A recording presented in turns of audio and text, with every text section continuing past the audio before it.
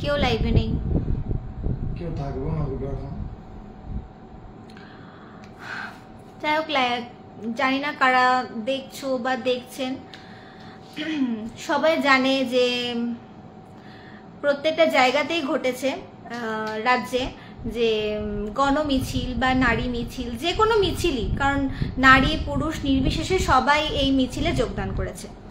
তো আজকে এই মিছিলে যাওয়ার আগে আমার সঙ্গে দুটো ঘটনা ঘটেছে, সেই ঘটনা দুটো আপনাদের সাথে শেয়ার করব আমি। তো ঘটনাটা হচ্ছে, যাওয়ার পথে আমি আমার হাজব্যান্ড যাচ্ছিলাম।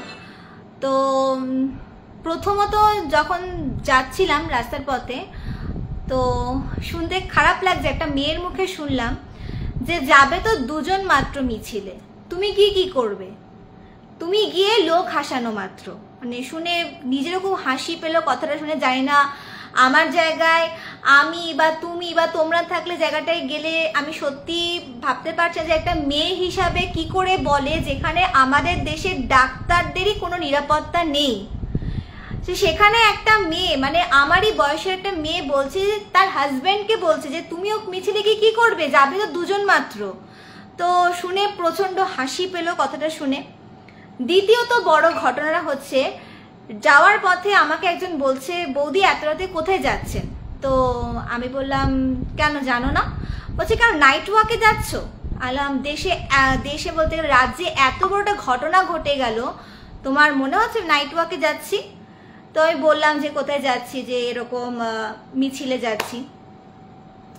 তা আমাকে একটা কথা বললো, শুনে আমি ভীষণ অবাক হলাম। জানি না তোমরা এটা শুনে কি প্রতিক্রিয়া দেবে। বলল যে আমরা থাকি শান্তিপুরে, বলল কল্যাণীর ওপারে গেলে মেয়েরা হট প্যান্ট পরে ঘুরে বেড়ায়, তো ছেলেরা করবে না সব। মানে কথাটা কি বোঝায়? মানে একটা মেয়ে হট প্যান্ট পরেছে বলে তার এরকম অবস্থা, মানে তার মেন্টালিটিটা আমি একবার ভাবলাম। তা আমি তাকে একটাই উত্তর দিলাম যে তোমাদের যদি একটা মেয়ের হট প্যান্ট পরাতে তোমাদের যদি এরকম প্রতিক্রিয়া হয়, তোমরা ছেলেরা যখন হাফ প্যান্ট বা জাঙ্গিয়া পরলে মেয়েদের কেন কিছু হয় না? আমি বললাম বলে কোনো প্রতিক্রিয়া দিল না, হাসতে হাসতে চলে গেল। মানে শুনে ভীষণ একটা নিজেকে মেয়ে হিসাবে বলতে ভীষণ একটা, মানে কি বলবো, ঘেন্না লাগছিল শুনে, যে আজকে একটা হট প্যান্ট বড় মেয়ে পড়েছে বলে তাও মেনে নিলাম, একটা বাচ্চা মেয়ে যখন পড়ে তখন সেই মেয়ে বাচ্চা মেয়েটা কি দোষ করে? আর এখানে ডাক্তার তো নিশ্চয়ই হট প্যান্ট পরে তো নিশ্চয়ই হসপিটালে হচ্ছে ডিউটি দেবে না, মানে অন ডিউটি ডক্টর যাকে বলে, সে নিশ্চয়ই সালোয়ার কামিজ যাই পড়ুক নিশ্চয়ই একটা ভদ্র পোশাক পরেছিল বা শাড়ি যেটুকুনি পরে থাকুক। আমার মনে হয় না 36 ঘন্টা যে ডিউটি দিচ্ছে সে একজন শাড়ি পরে বা অন্য কিছু পরে, মানে কি বলবো, এগুলো পরেই হচ্ছে মানে ডিউটি করছিল। আমাদের মেয়েদের নিরাপত্তাটা কোথায়? মানে শুনে বড্ড হাসি পেল।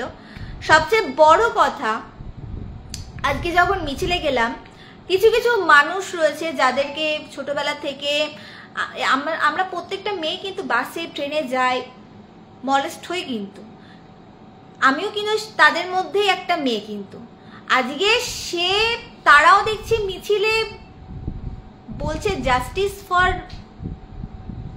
কি বলবো, আর কিছু বলার নেই এখানে। মানে দেখে হাসিও পাচ্ছিল, নিজেকে লজ্জাবোধ হচ্ছিল যে এইসব মানসিকতার মানুষজন গণমিছিলে অংশীদার হয়েছে। কিছু মানুষ হাসছে যে না, মেয়েরা হট প্যান্ট পরে বলে ছেলেরা আজকে এরকম করে। এটা আজকে মানে আমি এতদিন টিভির পর্দায় শুনতাম, আজকে নিজের কানে শুনলাম।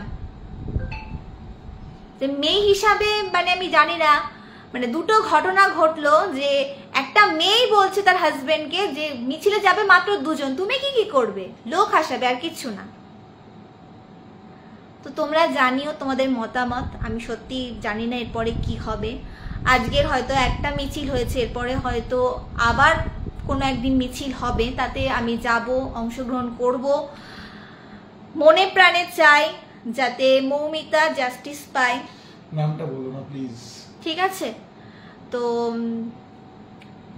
এইটুকুনি বলার আছে। তো অফেন্ডেড কিছু ভিডিও করে লাস্টে বলার নেই।